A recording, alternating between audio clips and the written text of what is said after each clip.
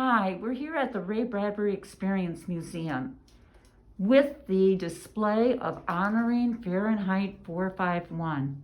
Last fall during Banned Books Week, we invited people to send in their favorite banned books title, and now they're all on display. And we have somebody very special here as a guest to talk about Ray Bradbury's Fahrenheit 451 and banned books. Marianne Bresloff. Marianne, tell us how you got interested in Ray Bradbury. Well, I was born and raised in Wauke-Con. My first public library was the Carnegie Library, like Bradbury. And also like Bradbury, I grew up loving books and reading. That grew into me becoming an English teacher at the College of Lake County in Grays Lake. And there I developed a themed composition class about banned books that I would teach each fall. And one of the novels that we often read in class was Fahrenheit 451. Oh, well, you have a terrific background, and being from Waukegan, I know there's a lot of heart in it. So, banned books. What's a banned book about? Well, banned books can be banned, challenged, or censored. Banning a book means removing it entirely from a shelf, either at a public library, a school library, in the past, even removed from a public bookstore. Challenged means that certain passages usually are challenged, and censored means that some passages would be removed or redacted or expurgated. Sounds like people have a lot of opinions about what people can read and what people can't read. So why was Fahrenheit 451 banned? Fahrenheit 451 was banned, challenged, censored for use of some words surrounding sex, drugs, suicide, abortion, and the use of God's name. So as recently as 2017, Fahrenheit 451 was challenged by a group of parents in Florida. The school board did retain it for an 8th grade reading list. However, the parents still mounted a petition to challenge it, but thankfully it's still on the 8th grade reading list in Florida. So people defend it as well? Yes, they do. Okay. Is Fahrenheit 451 still banned?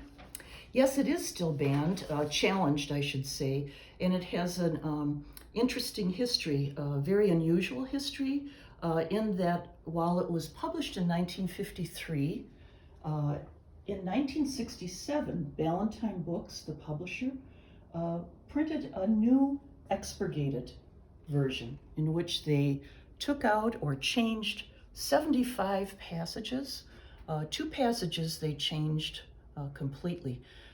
Mind you, this was without Bradbury's knowledge or consent.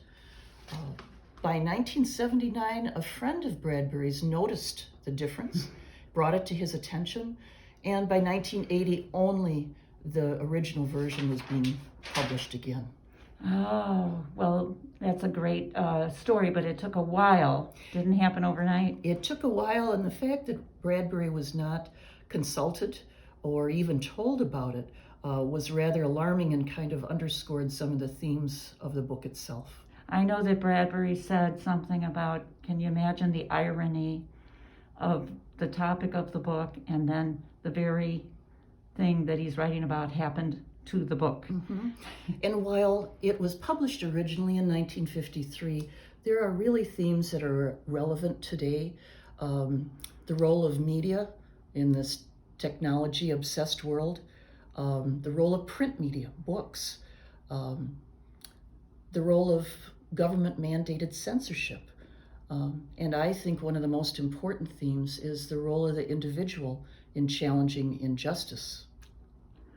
Oh, I'm sure with all your teaching, you've been thinking about this a long time, and it'd be wonderful to keep talking about you forever. But right now, I know, Marianne, that you chose a book for the display. So which book, where's your flame? My flame is right here, and I chose To Kill a Mockingbird by Harper Lee. It was a very important book for me growing up. It was really the first adult book, I guess I would say, that I read. And I was about 8 years old, the age of Scout, a character in the book when I read it. And I loved that book so much that my parents ended up calling me Scout when I was little. Oh, what a personal story about To Kill a Mockingbird. Well, Marianne, thank you so much for your comments and your insight. And everyone, you'll be seeing your name soon on the Fahrenheit 451 display when you come to the Ray Bradbury Experience Museum soon. Thank you.